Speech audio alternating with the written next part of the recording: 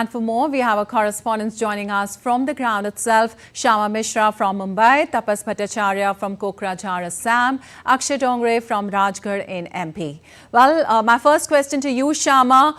Polling for 11 Lok Sabha seats in Maharashtra will be held in the third phase. And among the high-profile seats that will go to polls are Baramati, Sangli, Satara, Ratnagiri, Sindhudurg and Kolhapur. What all is planned and who are the key contestants there? For starters, Dipakshi, we understand that Maharashtra, since it sends the maximum number of parliamentarians after Uttar Pradesh, so we understand that Maharashtra is going to polls in 5 phases, and this is the third phase, which is very important. We understand that, amongst these 11 seats that you have mentioned, Baramati, Satara, Kolhapur, Sangli, Ratnagiri, Sindhudurg, these are some of the most prestigious seats over here, and we are also seeing, as for preparations, a lot of campaigning has already happened and it is still going on. Yesterday also we did see that in these seats, we did see that Uttar Pradesh Chief Minister Yogi Adityanath, he was campaigning, and we've already seen Prime Minister's 7 rallies so far for these 11 constituencies. Every day we are seeing from MBA side also, which is the Mahavikas Aghadi, Sharad Pawar, Uddhav Thackeray and other people are also campaigning for their respective candidates of the constituencies.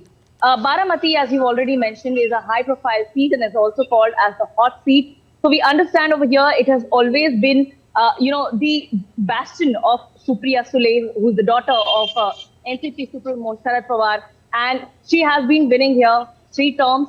She's been going out to people campaigning with what she's been doing and what she has done in these last 3 terms. Fielded against her is Sunetra Pawar, which is the wife of Deputy Chief Minister of Maharashtra, Ajit Pawar. We all know the NCP and Shiv Sena was divided recently, and some part of the party has joined opposition, some part is in the government. So we understand for the voters of Maharashtra, this is a little confusing situation, because each party, each faction boasts of themselves as the real Shiv Sena or the real NCP. So the battle is really strong over here. So this is of Baramati. These 11 seats that we are talking about is spread across 3 geographical regions of Maharashtra. So it's Western Maharashtra, it's Marathwada, and it's also the famous Konkan region. So in Konkan, we are talking about Ratnagiri, Sindhudurg, and we are also talking about Raigarh. So in Ratnagiri, Sindhudurg, we understand that Union Minister Narayan Rane, who has been the Rajya Sabha member, he is standing against Binayak Raut, and Binayak Raut is from the Shiv Sena Uddhav Thackeray. So this competition is also tough, and likewise, all the 11 seats we are talking about is really going to go tough, because there is a lot of changes that is taking place in Maharashtra. There's sympathy wave, there's Modi wave, so a lot of confusion and a lot of complex emotions is there in Maharashtra's political game. All right. My second question to you, Tapas. In the third phase of the Lok Sabha polls in Assam, 4 seats are going to polls there, and 3 seats will see BJP allies in the fray, while the ruling party will fight the 4th one on its own symbol. Can you tell us about the campaigning there? Absolutely. Lipakshi, let me put it this way, that Dhubri, Barpeta and Kokrajhar, these are the seats where BJP has tied up with the local bodies, especially, let's say, in Barpeta, they have tied up with the AGP, and AGP's Fani Bhushan Chaudhary is actually one of the leading contenders in this particular constituency. Although there is CPIM's Manoranjan Talukdar is also there, and Congress Deep Bayan is also there, but Mr. Fani Bhushan Chaudhary is a known name, and BJP thought that it's better that rather than making it a 4-way fight, there is always a chance to coordinate with their allies, and AGP, they have tied up with AGP, and as I mentioned, he's a strong candidate, so they put their money where they believe that they can win this seat. all the 4 seats that we mentioned, apart from Guwahati, they are tying up with the allies in a hope that they will be able to win more seats.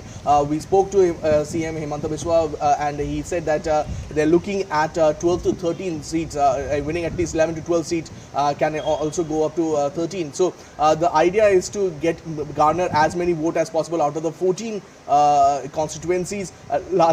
Last time they won 9 seats, so they are looking forward to those seats. And you have to understand that places like, for instance, Dhubri, these are the places where BJP doesn't have much of a say, and that's one reason why they are coordinating with the local AGP candidate. It's the same with in Kokrajhar also. Kokrajhar, they have NDS ally, United People's Party Liberal. They have Jayanta Basumaturi as their candidate. It's a good candidate, but BJP decided to go ahead with that.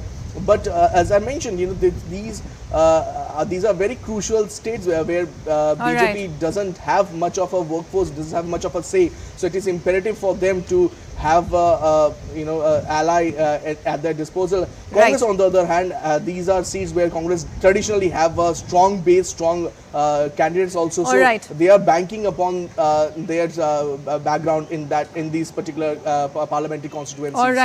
All right. My third question to you, Akshay. MP is all set to hold the third round of voting. Zooming in the Royal Rajgarh seat, if we talk about you there, it comprises of 8 assembly constituency segments. Can you tell us about what all is going on there to entice the voters? Can you repeat your question, Lipakshi? I could not hear you there. Yeah, Akshay, as we know that you are in Rajgarh and MP is all set to woo the voters. What all is going on there to entice the voters? Well, there is a clear competition here taking place in the state of Madhya Pradesh between the 2 national parties, that is the Bharatiya Janata Party and the Indian National Congress. And on almost all of the seats in Madhya Pradesh, there is this competition between these 2 national parties, but there are several other local factors as well, local parties as well. However, the major competition is between these 2. And if you look at the political scenario of Rajgarh especially, then from 2014, Rodmal Nagar has been the member of parliament from the constituency, but this time around he faces a tough competition from the former Chief Minister of the state of Madhya Pradesh, that is Mr. Digvijay Singh, who is contesting against Rodmal Nagar now. As far as how to woo the voters, there are campaigns happening, there are rallies that are taking place continuously, and the political leaders are in fact working round the clock to ensure that voters in fact cast their vote in their favor. Now, if we look at the political landscape of the state of Madhya Pradesh, then it has been a tough nut to crack for the Indian National Congress, especially in the last election where almost 28 out of 29 seats had gone to the BJP ahead of, in the earlier election in 2014, it was 27 out of 29 seats. So this time around as well, the Congress party has a tough competition coming in from a series of senior leaders like Shivraj Singh Chauhan, who has been the Chief Minister of the state for about 18 years. He has also served as 5-term as a member of parliament. He has been a 6-term MLA. That is Mr. Shivraj Singh Chauhan contesting from Vidisha. We have Union Aviation Minister Jyotiraditya Scindia, who is contesting from Guna. Then we also have other leaders like Mr. Alok Sharma is contesting from Bhopal. And then this is one seat as far as Rajgarh is concerned where there can be a tough fight between the 2 candidates. The BJP candidate and the Indian National Congress candidate. So while the competition is tough, the BJP has placed its bet on the incumbent member of parliament, that is Mr. Rodmal Nagar.